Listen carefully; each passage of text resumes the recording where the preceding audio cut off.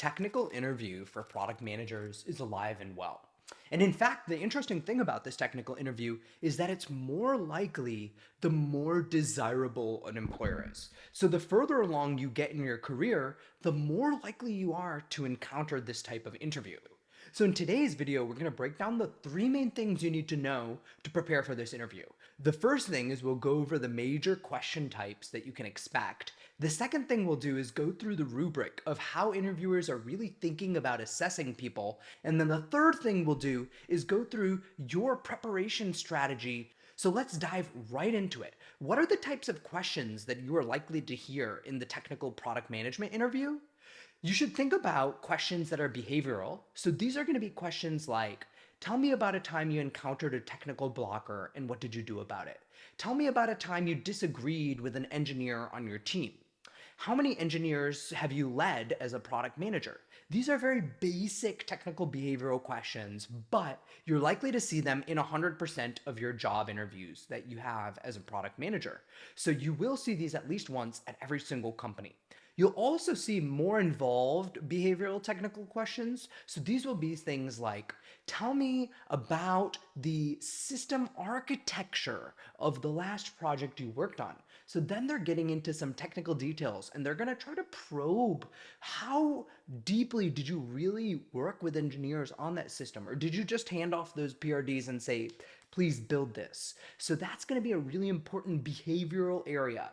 The second type of question that you see in technical interviews is the case question. These are the dreaded questions. These can be 30, 40 minutes long. They tend to be around a technical concept. So you might do something like design an API for YouTube analytics. So in that case, you're talking about massive scale. You're talking about tons of different types of users, and you're talking about an API. And they're going to try to probe, again, how deep can you get? Obviously, you need to be able to understand what data, what features are included, but can you go much further? Can you think about how it's going to scale? Can you think about what a good developer experience is going to be? Can you think about the security? So to answer these case questions, you have to really come with a holistic framework to truly answer all of the elements of the question. The third type of technical interview question is computer science concept questions. So the way these questions work is they're asking like, what is recursion? Or explain cloud computing to an 85-year-old. And so essentially they're trying to understand how deeply you understand important technical concepts. And they want to lean towards PMs that are in more technical PM roles to have a deeper technical understanding of computer science. Speaking of technical PM roles, the fourth and final question type you really need to watch out for is basic coding questions. Yes, these are like leak code level 1 questions or questions that you might get if you've taken 1 or 2 computer science courses. So these will be things like, write me a function to run through and traverse a linked list. So if you don't know what a linked list is, you're not going to be able to answer this question, let alone if you don't understand pointers and how to actually traverse through them. So the best preparation for basic coding questions, if you're having them, is to actually have done a computer science course and then refresh on those fundamentals. ChatGPT can be a good tool. I've also written a cheat sheet that you can see down below. So there are many different ways for you to really brush up on these basic coding questions, but they do happen. In fact, they're almost 10% of questions. Now, the second thing I want to talk to you about, since we've completed the types of questions, is what is the rubric? We've touched on this a little bit, but let's really formalize here. The first thing that they're looking at is technical depth. They're really trying to understand that you go so deep on technical concepts. And you would be surprised, but a lot of people actually, as product managers, maybe they were bachelors of computer science 7 years ago, but they haven't touched those technical concepts and they're kind of hands-off PMs, and that shows in the interview. So I've seen lots of people who get to maybe a level 2 out of 4 depth.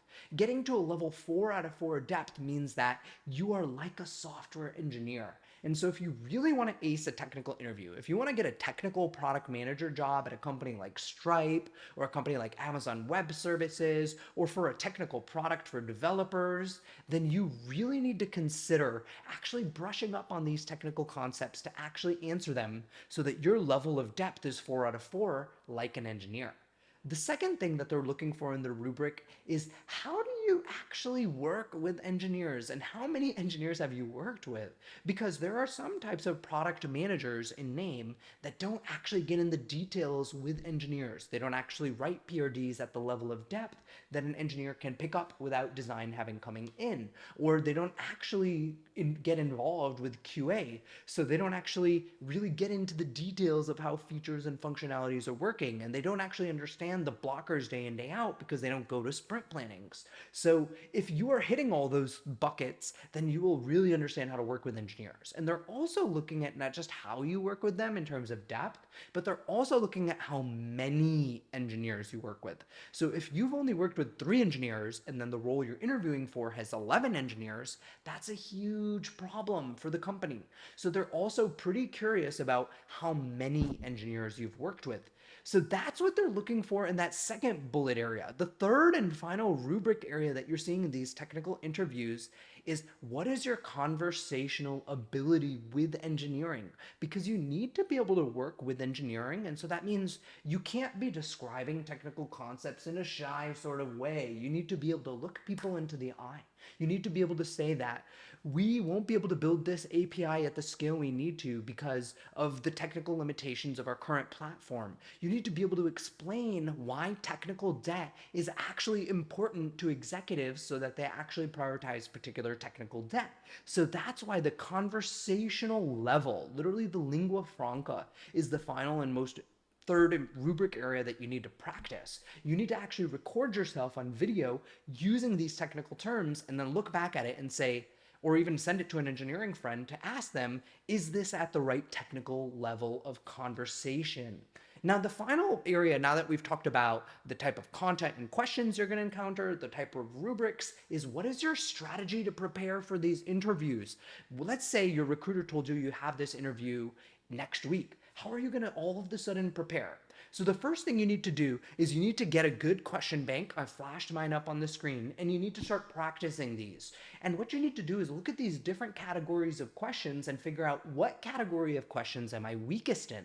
In that category of questions, you need to start to dive deeper. You need to generate even more example questions. So you can use ChatGPT if you want. You can find more question banks. I have a paid newsletter article where I show double the amount of questions that are in the free cheat sheet, so you can check that out. Whatever you do, you use this deeper question bank to then go even further. And what I highly recommend is figuring out what are the gaps in your knowledge. Maybe you don't know recursion. Maybe you've forgotten basic algorithms. Whatever these gaps are, then you need to crash course cram study those like it's college. And this technical interview has knocked out a ton of great PMs at places like Google, Apple, and Microsoft. So if you want those highly lucrative jobs, then you have to prepare this way for this interview.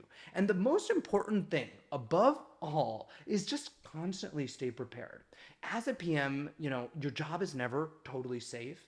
In this market, you need to be ready for your next interview. So you should always be studying technical concepts. You should be talking to your engineers. I highly recommend you book a meeting tomorrow with one of your engineering partners to get a diagram of your current system architecture because you need to be able to answer that question. So I hope this video has been super helpful for you. I go about 10 times deeper in my newsletter article, and I'm going to continue to provide tons of cool PM interview advice here. So subscribe, like, and I'll catch you in the next one.